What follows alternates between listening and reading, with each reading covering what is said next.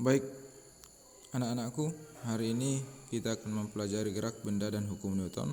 Nah, tujuan kalian mempelajari ini yang pertama, kalian nanti harus mampu menganalisis gerak pada suatu benda. Yang kedua, kalian harus mampu menganalisis pengaruh gaya terhadap gerak berdasarkan hukum Newton. Dan yang ketiga, kamu harus mampu menganalisis penerapan hukum Newton pada gerak benda dan gerak makhluk hidup. Baik, yang pertama kita akan pelajari adalah pengertian gerak. Nah, suatu benda dikatakan bergerak apabila benda tersebut mengalami perubahan kedudukan atau perubahan posisi terhadap titik acuan tertentu. Misalkan benda ini awalnya di titik A karena pengaruh gaya, sehingga benda ini berpindah ke titik B sejauh S. Nah, inilah yang disebut dengan gerak. Apabila suatu benda bergerak, maka pasti benda tersebut mengalami perubahan kedudukan atau mengalami perpindahan. Jadi dapat kita simpulkan, gerak benda adalah perubahan posisi ataupun perubahan kedudukan suatu benda terhadap titik acuan tertentu. Yang kedua, kita akan mempelajari macam-macam gerak. Nah, di dalam kehidupan sehari-hari kita banyak sekali menemukan jenis-jenis gerak suatu benda. Misalnya, yang pertama, berdasarkan acuannya, maka dapat kita bedakan gerak sebenarnya dan gerak semu. Gerak sebenarnya ini adalah gerak yang nyata dialami oleh suatu benda karena mengalami perubahan posisi ataupun kedudukannya. Nah, sedangkan gerak semu adalah gerak suatu benda yang seolah-olah bergerak namun pada kenyataannya tidak bergerak. Contohnya matahari, kita melihat matahari terbit di sebelah timur dan tenggelam pada sore hari di sebelah barat. Namun kenyataannya matahari itu adalah pusat tata surya yang tidak bergerak, melainkan yang bergerak adalah bumi kita. Kemudian contoh yang kedua adalah ketika kita naik kendaraan bermotor, kita melihat tiang listrik, semak-semak yang ada di pinggir jalan. Ketika kita melaju semakin kencang, maka tiang-tiang listrik dan semak-semak tadi juga semakin kencang berlari ke arah belakang kita. Nah, ini disebut sebagai gerak semu. Nah, berdasarkan lintasannya, gerak dapat juga kita bedakan menjadi menjadi tiga bagian. Yang pertama adalah gerak lurus. Disebut gerak lurus apabila suatu benda tersebut bergerak dengan lintasan berupa garis lurus. Yang kedua adalah gerak melingkar. Gerak melingkar ini adalah gerak suatu benda dalam bentuk lintasan berupa lingkaran. Ya, contoh seperti arah putaran jarum jam itu berbentuk lingkaran. Itu disebut sebagai gerak melingkar. Yang ketiga adalah gerak parabola.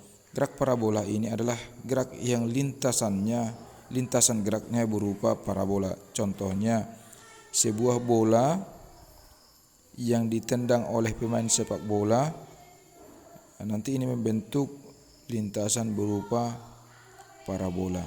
Nah, inilah disebut sebagai gerak parabola.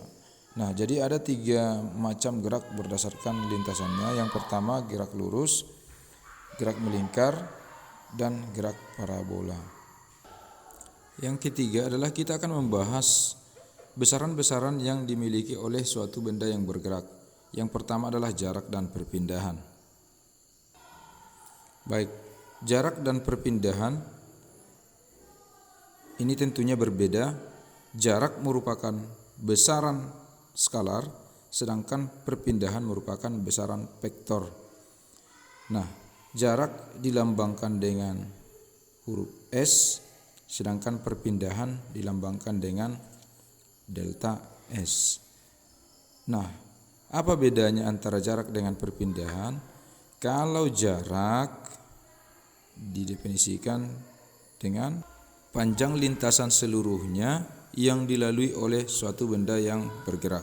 Sedangkan perpindahan didefinisikan sebagai sejauh mana atau selisih dari posisi akhir benda dengan posisi awal benda tersebut ketika bergerak. Itulah yang disebut dengan perpindahan. Nah, contohnya, perhatikan mobil ini mula-mula berada di kota A, kemudian dia bergerak ke kota B. Katakanlah ini jarak antara kota A dengan kota B 10 km. Kemudian dia berbalik arah melalui jalan yang sama menuju kota C.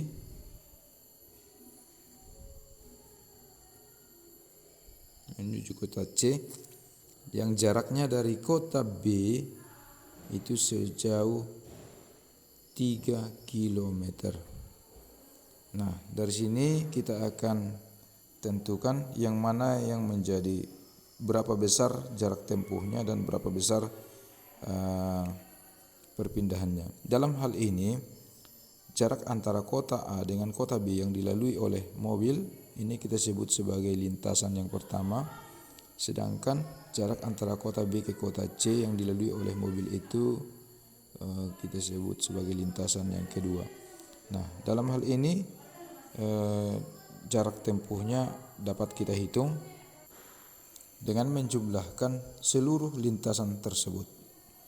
Jadi jarak tempuhnya sama dengan S1 lintasan yang pertama 10 km ditambah dengan lintasan yang kedua 3 km.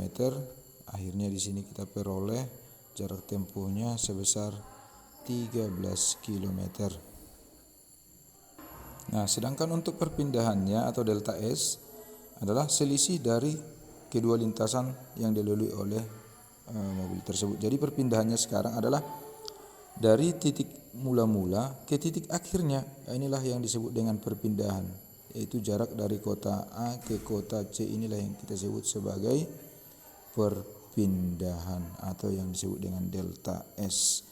Nah, berapa delta S-nya? S2 adalah 3 km dikurangi dengan S1 10 km. Jadi kita peroleh di sini 3 kurang 10 minus 7 km. Arti tanda negatif dalam hal ini menyatakan arah daripada gerakannya tersebut ke kiri. Ke kiri atau menuju kota A. Itu dia. Oke, demikian anak-anakku. Kalau ada nanti pertanyaan silakan diajukan melalui chat WA.